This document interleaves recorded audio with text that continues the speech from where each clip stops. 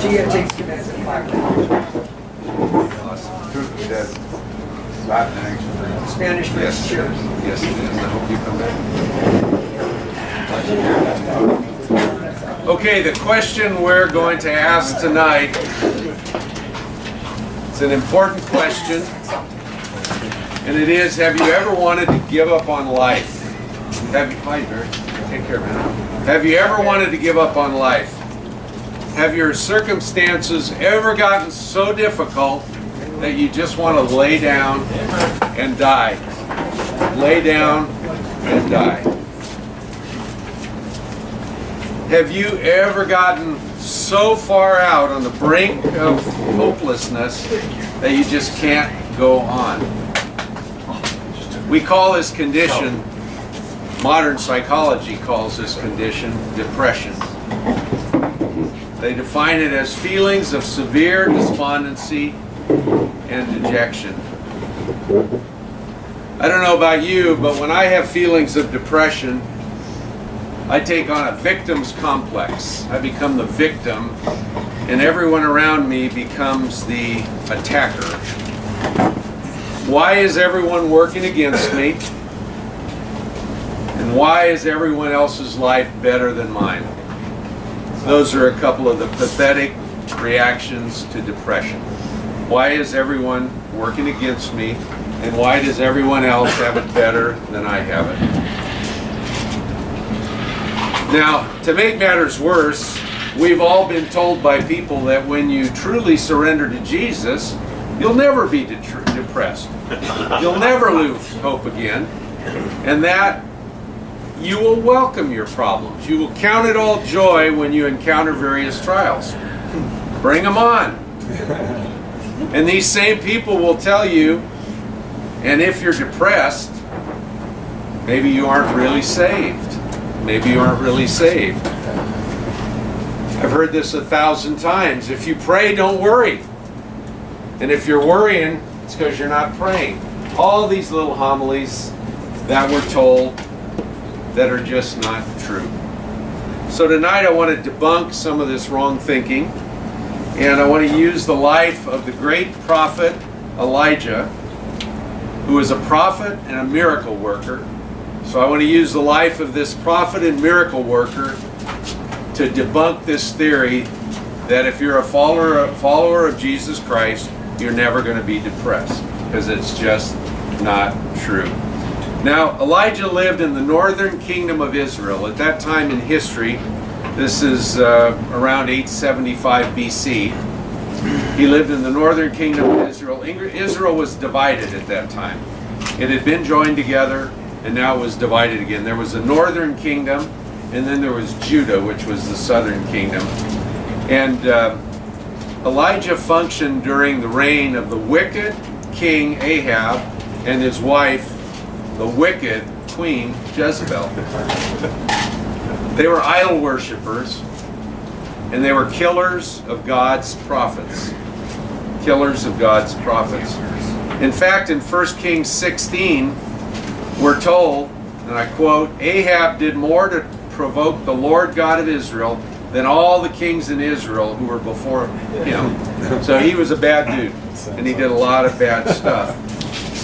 So Elijah's ministry was to actually lead a revival against idol worship in the northern kingdom of Israel. So he was put out front to fight that battle against idol worship. And he was so persistent and so effective that King Ahab himself once said, and it's quoted in 1 Kings chapter 18, "Is this you, you troubler of Israel?" So Ahab hated Elijah as much as Elijah hated Ahab. Now when I think of Elijah, I think of hero. I think he was the guy that stopped the rain in Israel, brought on a drought. He led the massacre of 450 prophets of the pagan god Baal. This is the famous event that occurred in Mount Carmel.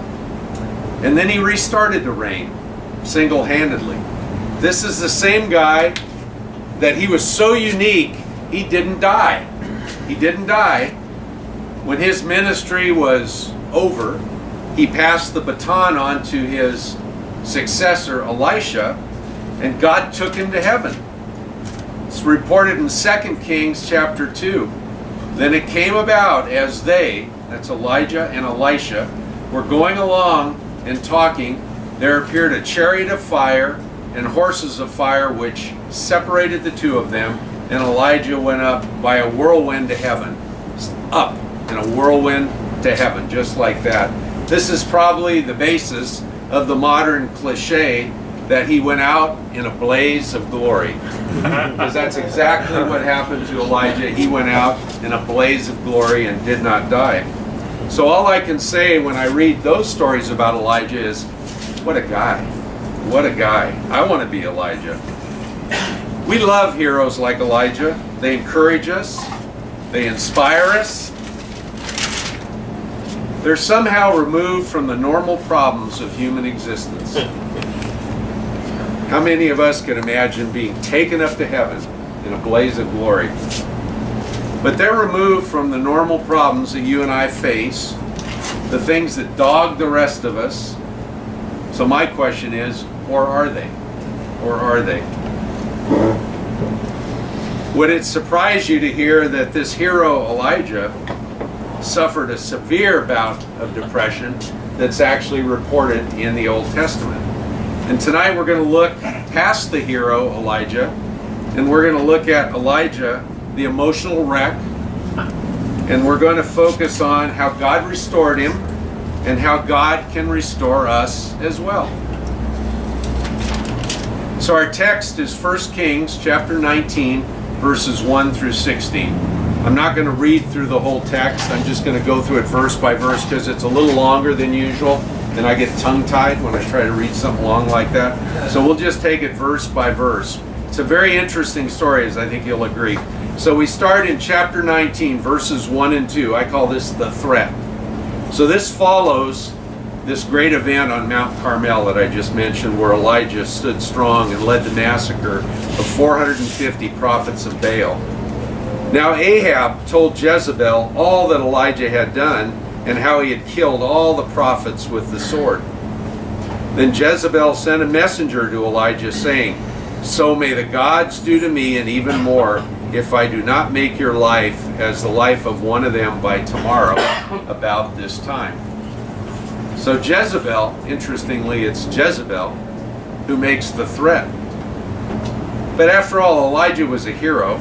He just slain 450 prophets of Baal. And these were the choice men of Ahab and Jezebel. These were the leading prophets of the land. So we're told in 1 Kings 18, then Elijah said to them, this is what he did to them, "Seize the prophets of Baal. Do not let one of them escape." So they seized them, and Elijah brought them down to the brook Kidron. This is in Jerusalem, 140 kilometers away. So he takes 450 people and drives them approximately 100 miles to Jerusalem and slays them all there, right at the brook Kidron in Jerusalem.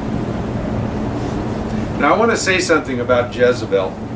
You know, we hear a lot today about the Jezebel spirit.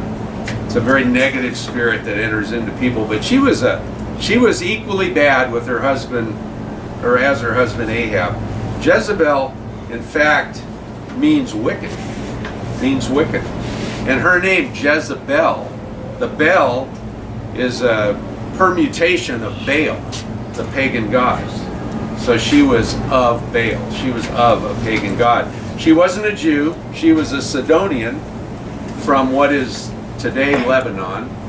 She wasn't a practicing Jew. She wasn't a believer in the one true God of Israel. She was an idol worshiper. So the hero should have just blown her off. I mean, after all, he had just taken out 450 of her top prophets. So may the gods do to me and even more, if I do not make your life as the life of one of them by tomorrow about this time. So Jezebel, a woman, threatened the life of Elijah, the hero, and now we're going to see what happened. In verses 3 and 4, And he was afraid, and arose and ran for his life, and came to Beersheba, which belongs to Judah, and left his servant there. But he himself went a day's journey into the wilderness, and came and sat down under a juniper tree, and he requested for himself that he might die, and said, It is enough now, O Lord, take my life, for I am not better than my fathers. So he was afraid and ran for his life. That seems surprising. I think this shows us, it's an example of how frequently in our own lives, great victories are followed by times of doubt, discouragement, and depression. I've seen this so many times. Great victories are followed by times of doubt, discouragement, and depression. It's hard to explain. It's probably just being human. Maybe when you have a great victory, there's a fear that it's a hard act to follow, and now I'm going to be the target, and I'm going to have people trying to knock me off this mountaintop that I'm standing on. But anyway, Elijah fled to Beersheba in Judah. So this was in the southernmost part of Judah. So Jezebel and Ahab ruled over the northern kingdom of Israel. Elijah fled to the southernmost portion of Judah. So he was outside of her area of reign. In verse 4, we're told he left his servant in Judah, so he dropped this guy off. I mean, he was definitely heading to a place where he was going to face death. So in verse 4, we're told that he even goes a day journey farther than Judah into the wilderness. Now he should have felt safe at this point. He was out of Jezebel's kingdom, and by that time, her death threat that she was going to do him in by tomorrow about this time, that time had already passed, and she hadn't done him in. So he should have felt safe, but instead, what he says is, It is enough now, O Lord, take my life, for I am not better than my fathers. Now his reference, I am not better than my fathers, is probably a reference to Moses in Numbers chapter 11, where Moses wished to die in the wilderness. Things had gotten so rough on him, leading the Jews out of Egypt to the Promised Land, that he asked God to let him die. So I believe when Elijah said, Take me now, for I am not better than my fathers, he's actually referring to Moses. So he had given up, he'd hit rock bottom, and I think we probably all know that feeling of what it feels like when you hit your own personal rock bottom. Well, he was there. So now we go on to verses 5 and 6.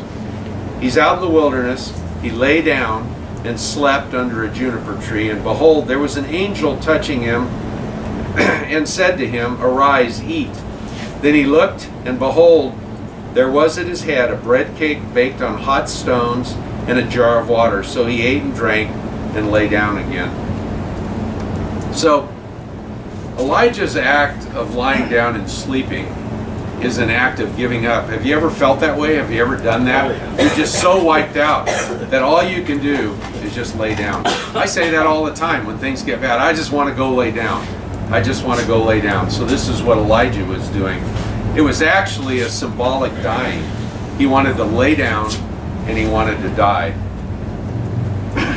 So the question at this point of the story is Elijah giving up his prophetic ministry?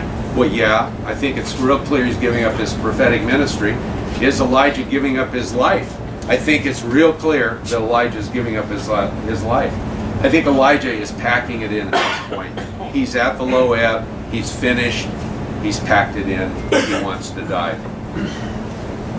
So even though Elijah, once again, he was a prophet, that was his calling in life, even though he had had enough of God, God hadn't had enough of him yet, as we'll see. So verse 5 tells us that he was touched by an angel. Now the word that's used is the Hebrew word malach, which really means a messenger. So our translation translates that angel, but we don't know. earlier in the story, when Jezebel sends a messenger to Elijah to tell him, I'm going to kill you, the same word is used for messenger there, malak. So we don't know whether this truly was an angel touching him, as my translation says, because miracles aren't always spectacular. I was fed by an angel. That doesn't happen very much. Never happened to me. Most of us will never encounter an angel in the spiritual sense. But all of us will encounter a faithful person of God who will reach out to meet our needs. That person may be called a messenger, but to us, that person may be an angel. This is no less a miracle what happened here, even if it wasn't an angel. So in verse 6, we're told that a bread cake baked on hot coals was lying at his head. I always question why all the detail. It's a lot of detail for that passage. A bread cake baked on hot coals. Who cares if it was baked on hot coals? There's only one other place in the Old Testament where hot coals are discussed, where the same word appears. And that's in the book of Isaiah, the great prophet, in chapter 6, at verses 6 and 7. And we're told there, then one of the seraphim, these are high-ranking angels, flew to me with a burning coal in his hand, which he had taken from the altar with tongs. He touched my mouth with it and said, Behold, this has touched your lips, and your iniquity is taken away, and your sin is forgiven.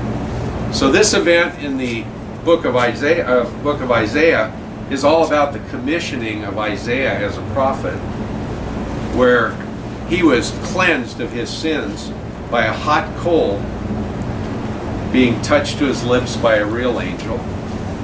I asked myself, could it be that in this chapter, or in this verse 6, we go into such detail about a bread baked on hot coals, because in a sense this was Elijah's recommissioning. This was the beginning of his recommissioning after he had packed it in. We're also told in verse 6 that he was given a jar of water. Now this is an interesting Hebrew word for jar in this verse. It's safat. And there's only one other place in the Old Testament where the word safat is used. And that's in 1 Samuel chapter 26. And this is the story of the widow of Zarephath and her never empty jar of oil. She was provided oil that she couldn't empty the jar of. God kept replenishing it until she had enough oil to sell and to sustain herself and her sons after her husband died. So this is the only other place this exact word is used. So I see that detail as being there as God's hint to us that he has a never-ending blessing for us, even when we're depressed. So after all this, in verse 6, we're told, so he ate and drank, and he laid down again. So much for that. Ate and drank, and hit the sack. So in verses 7 and 8, we go on. The angel of the Lord came again a second time and touched him and said, Arise, eat, because the journey is too great for you. So he arose and ate and drank, and went in the strength of that food 40 days and 40 nights to Horeb, the mountain of God. There's a lot in these two verses I want to just call your attention to. First of all, I think the second feeding was necessary because recovery of any sort is a process. Recovery from depression is a process. You don't go from being depressed to all of a sudden being happy. It takes time to get out of it. So I think that's a reason that the second feeding was necessary. I think the two feedings were also given to us to underscore the depth of Elijah's depression. It was bad. It was bad. Now this time, interestingly, the messenger gave a reason for the feeding. In the first feeding, the messenger just said, Arise, eat. This time, the angel says, Arise, eat, because the journey is too great for you. No one said anything about a journey. Elijah had packed it in. He wasn't going on a journey. So he thought. But this is the way God is. He has us all on a journey, whether we want to be there or not. Now, He doesn't beat us into submission. He doesn't say, get up and get moving. He's patient with us. He nudges us along. And that's what He was doing here to Elijah. Now, interestingly, I talked in verse 5 where it said an angel touching him, felt an angel touching him. And the angel, the Hebrew word interpreted as angel, was messenger. This time it's different. It says the angel of the Lord came again a second time. This is interesting to me because typically in the Old Testament, where an angel is referred to as the angel of the Lord, that's considered to be a pre-incarnate appearance of Jesus. Most biblical scholars will tell you, if you see angel of the Lord, it's Jesus, pre-incarnate appearance in the Old Testament. So this time God's serious about feeding him. You're going to eat and you're going to like it. So now we go to verse 8. So he arose and ate and drank and went in the strength of that food 40 days and 40 nights to Horeb, the mountain of God. So there's several verbs in verse 8 that really denote that Elijah is gaining strength and is beginning to move. Those verbs are arose, ate, drank, traveled. So before Elijah was virtually incapacitated and had given up, he's still resisting, but at least he's starting to move. And we're told he went in the strength of that food 40 days and 40 nights to Horeb, the mountain of God. Now the fact that it's Mount Horeb is important, and I want to tell you why. There are many scholars that believe that Horeb and Mount Sinai are the same mountain. And of course, Moses received his commission from God at Mount Sinai. This is in Exodus 3:1, the story of the burning bush. This is where Moses received his commission. And Mount Sinai is also where Moses received the Ten Commandments. He was there twice. And we're told in Exodus 24 and again in Exodus 34 that each time he was there, he spent 40 days on the mountain. So the significance, I think, of this statement that Elijah traveled 40 days and 40 nights to Horeb, I think he was on a journey, on a pilgrimage to his own recommissioning for prophetic work. I think this is his pilgrimage to a holy place of restoration, to be renewed, to gain new energy, new vision, and a new purpose. So we go to verses 9 and 10. Then he came there to a cave and lodged there. And behold, the word of the Lord came to him, and he said to him, "What are you doing here, Elijah?" He said, this is Elijah speaking, "I have been very zealous for the Lord, the God of Israel. For the sons of Israel have forsaken your covenant, torn down your altars, and killed your prophets with the sword. And I alone am left, and they seek my life, so take it, or to take it away. They seek my life to take it away." Now, caves are interesting geographical features in the Bible. Many important spiritual encounters occur in caves in the Old Testament. Caves are places of rebirth in the Old Testament. And rebirth is what is really happening here. He's being sent to a cave to live so he can be reborn. So God calls the question on him in this cave. What are you doing here? What are you doing here, Elijah? And the tone that God uses, to me, detects just a little bit of reproach. I don't think he's thrilled about Elijah's situation.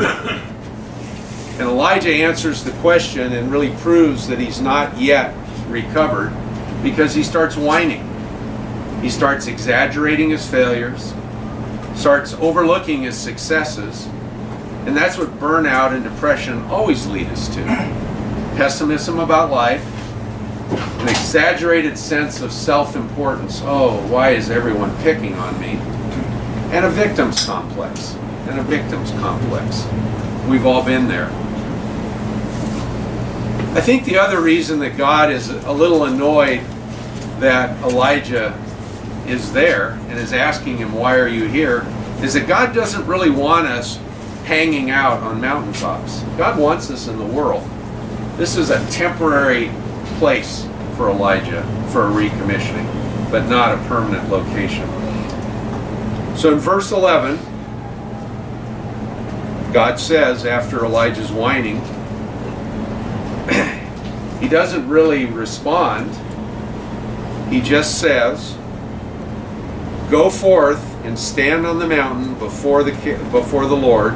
And behold, the Lord was passing by, and a great and strong wind was rending the mountains and breaking in pieces the rocks before the Lord. But the Lord was not in the wind. And after the wind, an earthquake, but the Lord was not in the earthquake.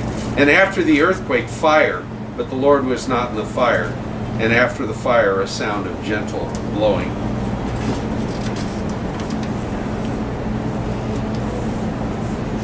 He orders Elijah to go out there and stand before the Lord. Walk out of the cave and stand before the Lord. And I think he does that because standing before God tends to put everything in perspective. Last week, I think it was last week, we studied Job. We did a Bible study in the book of Job. And that was the thing that brought Job to repentance. That was standing before the Lord and having the Lord explain to Job just what the master is. This brought Job to repentance. So standing before God always puts everything in perspective. Now in verse 12, as I said, after the earthquake, so there was wind, fire, and an earthquake, and God wasn't in any of those. But in verse 12, to repeat, after the earthquake, a fire, God wasn't in the fire. After the fire, a sound of gentle blowing. A sound of gentle blowing. Now I think we typically think that appearances of God are spectacular, powerful, and dramatic. But 3 times here, the spectacular, powerful, dramatic events of wind, earthquake, and fire did not bring God to bear. God was not in those spectacular events. Instead, God came in by way of a sound of gentle blowing.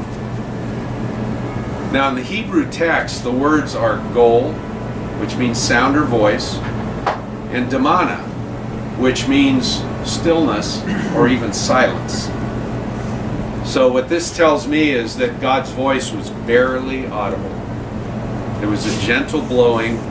God is speaking to Elijah in a barely audible voice. But I think God's presence and stillness can be just as powerful as in cosmic forces of nature. Have you ever had that experience where you're in a quiet place and God comes to you in stillness and you have that stirring in your heart? That's really a result of that gentle blowing of God. This can be a powerful, powerful experience. So we move on to verses 13 and 14. It came about when Elijah heard it, this is the gentle blowing, that he wrapped his face in his mantle and went out and stood by the entrance of the cave. And behold, a voice came to him and said, "What are you doing here, Elijah?" This time in a gentle blowing. The first time, I have to assume it was a more audible voice, but this time God is whispering, "What are you doing here, Elijah?"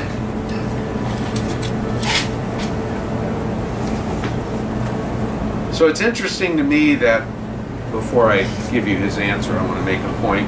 It's interesting to me that in verse 13, before Elijah went out, he wrapped his face in his mantle, and went out and stood to the entrance of the cave. So once again, one of these troubling details, why is it important for us to know that he wrapped his face in a mantle? Well, it's because in that time and in that culture, it was believed that if you ever looked upon God, you would die. And there are many occurrences of that in the Bible with Moses, who we were talking about a moment ago, where God actually told him to cover his eyes. So you couldn't look upon God without dying. So when Elijah wrapped his mantle around his face, it tells us that he knew what was about to happen. He knew that it was God who was going to approach him. So God asks him again, what are you doing here, Elijah? In the same reproachful tone. Once again telling me that God isn't exactly thrilled that Elijah is withdrawn from ministry. But he doesn't respond directly, again. Instead, he gives him a new commission. It's almost like he says, after Elijah goes into his identical explanation in verse 14, I've been very zealous for the Lord, the God of hosts, for the sons of Israel have forsaken your covenant, torn down your altars, and killed your prophets with the sword. And I alone am left, and they seek my life to take it away. So after his whining the second time, God just says, no response. He just commissions him. He recommissions him. This is what he tells him. Leave Mount Horeb. I don't want you standing around here on top of this mountain. I want you down in the world. Travel to Damascus. Anoint Jehu as the king of Israel, because this is what prophets did in Israel. Any king had to be anointed by a prophet before they became king. He also instructed him to anoint Elisha as a prophet in your place. So God put Elijah back to work. When Elijah whined for the second time, God didn't respond. He didn't say, you idiot, what are you doing, you ingrate. He just put him back to work. He recommissioned him and sent him back into the world. I think Elijah's restoration at this point was complete. He was back at work. So what does this all mean to us? We're not prophets of God. Maybe we are in a little way. But we haven't been commissioned by God to go save California or even Palm Springs.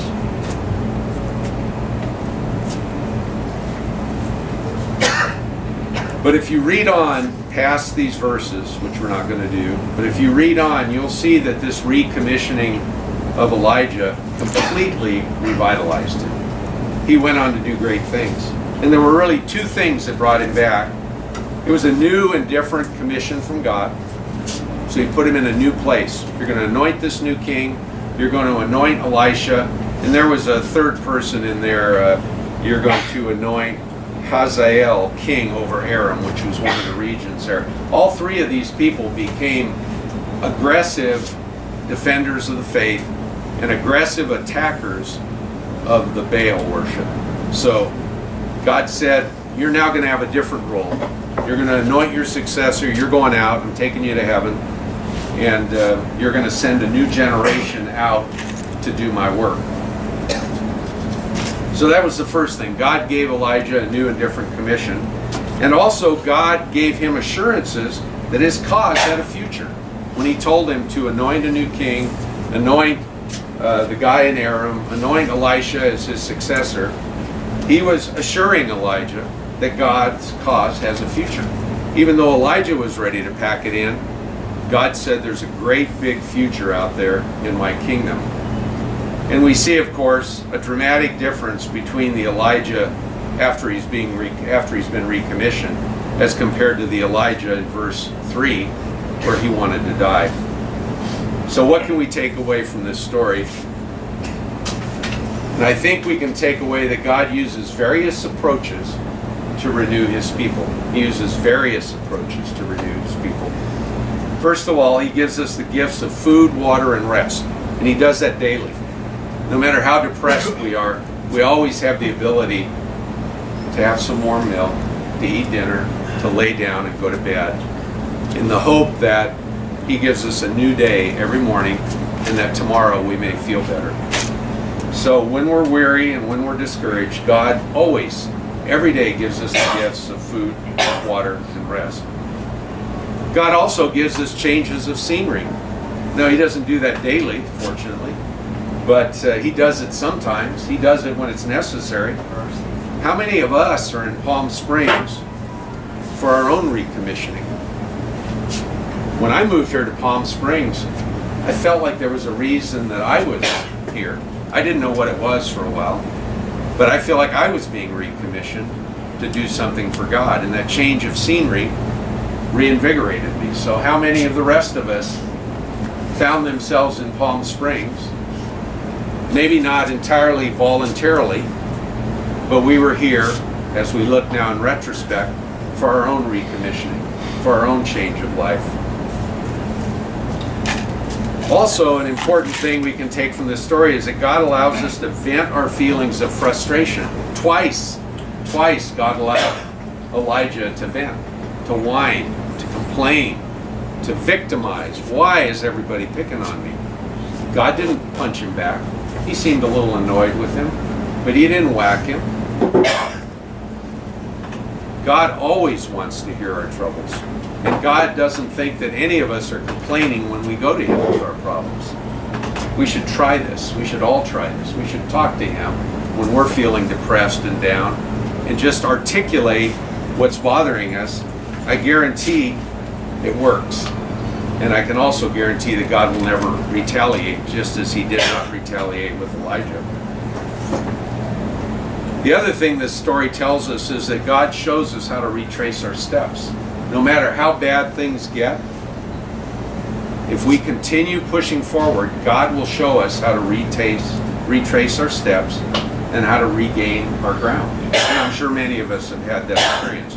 And this will happen as necessary. The other thing the story tells us is that God inspires us with new challenges. So we can't be afraid of change. This somewhat relates to, why are we here in Palm Springs? Did we welcome this change? Did we come willingly or not? But now in retrospect, we see, we're here for a reason. We can't be afraid of this change.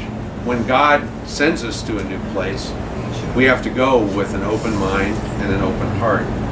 And then finally, this story tells us very clearly that God speaks to us. He speaks to us. He was speaking throughout this story to Elijah through a messenger, through his own son Jesus, through his own voice twice. Elijah, why are you here? Now, many times he speaks to us in a voice that's barely audible. We need to be ready to hear that. We need to not just wait for him to scream at us through our circumstances. We need to listen for that still small voice so that we can hear him when he speaks to us in that barely audible whisper. He speaks to me that way all the time, and it's not audible. It's just a feeling in my heart. And when I don't listen to it, I later regret it. When I do listen to it, something good happens. So I think there's a lot we can learn from this story. And although it happened some 2,800 years ago, I think it's very relevant to our circumstance here today in Palm Springs in 2017.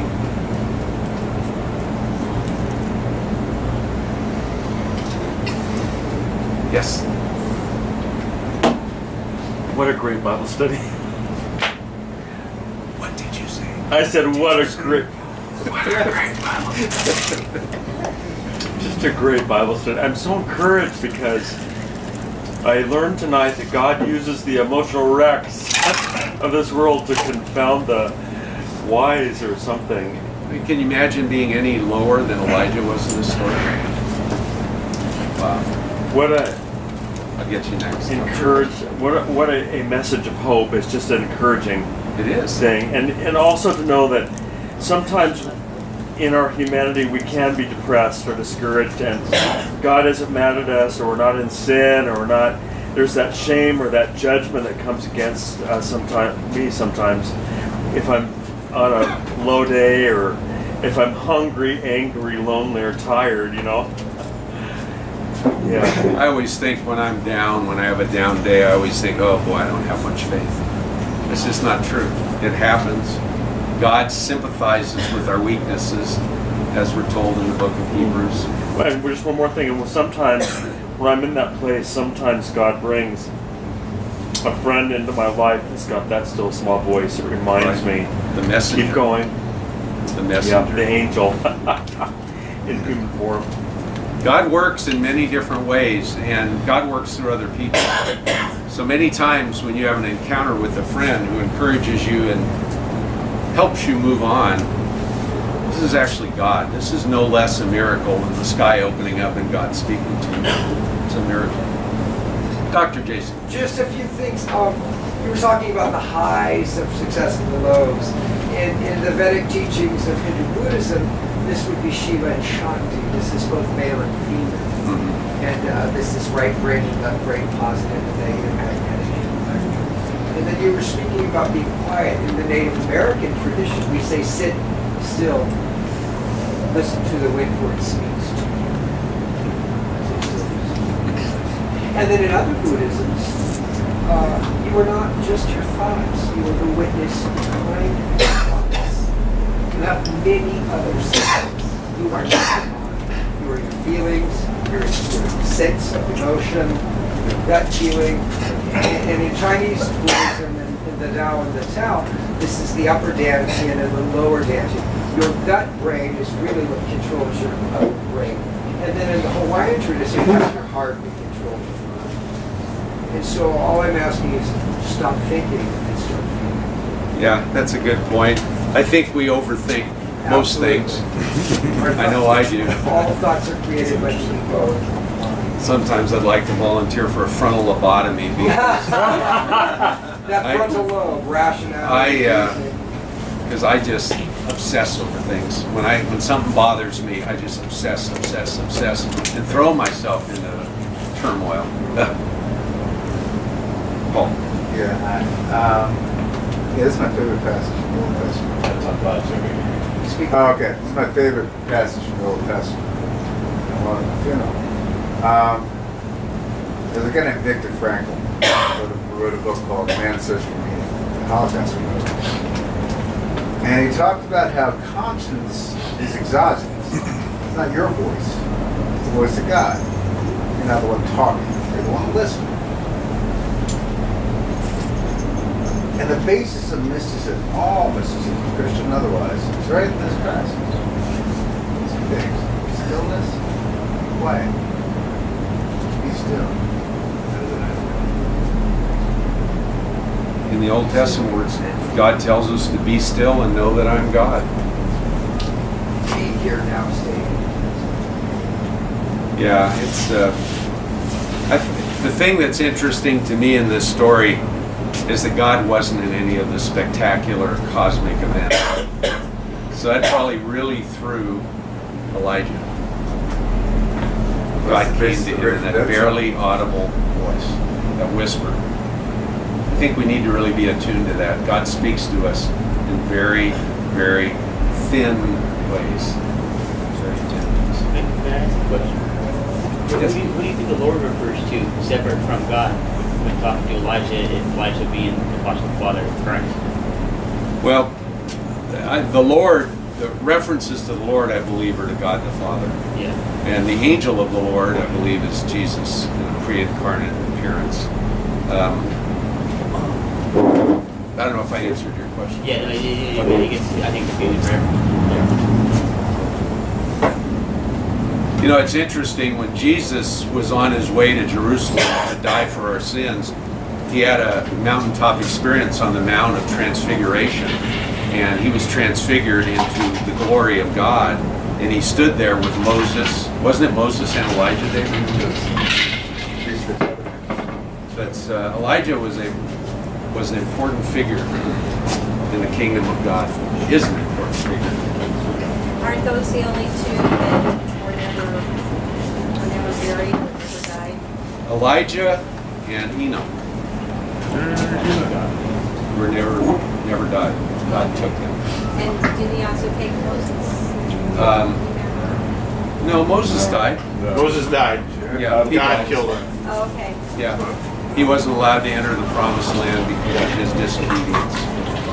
But I mean, it wasn't a punishment to kill him, but he died, and then God buried his body. Right, okay. yeah, God did bury his body, so he wasn't by human hands. God buried him.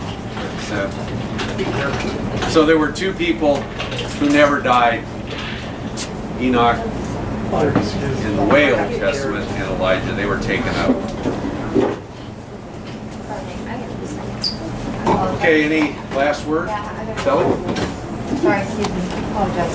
I love tonight's message, and it relates to me right now, and I think I'm going to be walking Elijah's character in this one, because I've always been known as a very strong person. of character, and like one thing I don't do is I don't worry about tomorrow. I just don't. The most recent experience, and I believe it's like exactly 40 days. I had some traumatic event that took place, which I was trying to suppress the feelings of depression and anxiety, because I know that I can fight these things, but by being able to say I'm strong, I'm not gonna deal with this, and I'm gonna like bypass it, like skip it, and I just couldn't do that. And so in order for me to heal, and I started going to the mountains, and there was a voice that said, you know, take the journey again of the 40 days that I usually do. But this one is more, I'm accepting it. I am actually feeling it. I'm feeling it more than ever, because I've always suppressed that, and it gave me, I'm not sure how to say it, but it told me what's going to happen right after I overcome this, because I've never had to deal with it in my life, but I can't suppress it. I have to feel it and go through it. And that's what I love the message tonight, because it's okay. I didn't think it was okay to say that you're strong and that that's not going to affect you, but I'm dealing with it, I'm accepting it. And I know I'm going to. As you can see from this, it does affect us. Yeah. It does affect us. Dr. Jason. Oh, well, I've worked with people who overplan for tomorrow. They're obsessive planners. They go on a trip and it's just the agenda. In quantum physics, this is what we call missing the probability amplitudes of what can be by just experiencing what is coming through for you. Listening to God, guiding yourself along the pathway. If you obsessively plan for tomorrow, you're missing the opportunity of being in the moment and receiving the gifts of Great Spirit God, Jesus, whatever you believe in, whichever religion you belong to. So in quantum healing, you know, this is what we call missing the probability. Yeah, and it's interesting how our society actually trains us to think about tomorrow. Constantly think about tomorrow. They don't. You know, it strikes me two things in this. You know, a lot of times we think of Jesus being very personal in his intimacy with us, but the God of the Bible, both in the Old and the New Testament, is intimate and personal, because he shows up to Elijah in his most broken moments very intimately and very personally. And I think that's a critical aspect of that separates the God of the Bible from all other religious notions or practices. It's not about God initiating intimacy with human beings. It's about us trying to reach something. And so I think this story brings that out in a unique way that really does separate the biblical God from all other religions. And then the second thing that struck me is I know in my journey, when I move toward depression, it's usually because I've had a real expectation about something that's going to happen, and then it doesn't happen. So I think with Elijah, he has this huge event with all the prophets of Baal. He's got to be thinking to himself, man, I'd march all these people down here to Jerusalem and kill them all here, and God is going to do something amazing. And the next moment, now he's being hunted to be killed. And so he'd had this big expectation. Maybe it's going to be a revival, or everybody's going to turn. I mean, surely they've all seen now that God is really God and everybody's going to follow. And when that doesn't happen, this expectation just leaves him with no vision or purpose. And God does have to come and reopen that. And I think more often than not for us, when we're in this kind of depressive mode, is that we've either had our own vision of how something should be and it hasn't worked out, or we've lost all hope of vision to begin with. And so God comes intimately and personally to him and gives him very specific vision. Go do this, this, this, and this. And so at the heart of that for me is me having to guard what's my false expectation of what God's supposed to do here. And maybe I should be listening to what he really wants me to do, not what I think is the way he should be acting. Good point. We're not told this, but maybe after Elijah did his thing, he might have been feeling pretty good about himself. He might have, but I'm bulletproof now. Or he has an expectation that real revival is going to happen, and it doesn't. Not at that moment. Good point. Expectations are tricky. Oh, I was going to say, we were talking about the present, because the present is all there is. So it's the only place we can ever meet God. Yeah. The past is gone, can't be changed. Future may or may not come, you know. And as believers, and that's eternally where we are. I mean, we'll be separated from our bodies for a while. But Yeah. for John 3:16 to be true, we're eternal life is right now. We're in the present. Yeah. Yeah. Yeah, it's a good point. We have to be reminded of. There's very few hours in the day where I'm in the present, and it's daunting. The only time I'm in the present is when I drive from here to San Bernardino in the morning at 5 o'clock, and no one's calling me, and it's quiet in the car, and I can talk to God and think about these things. I'm in the present for 40 minutes, but the rest of the day I'm not, and it's a curse. And I agree with you. Being in the present is where we need to be. Amen. Thank you, Mark. Okay, thanks everyone. Don't give up, no matter what.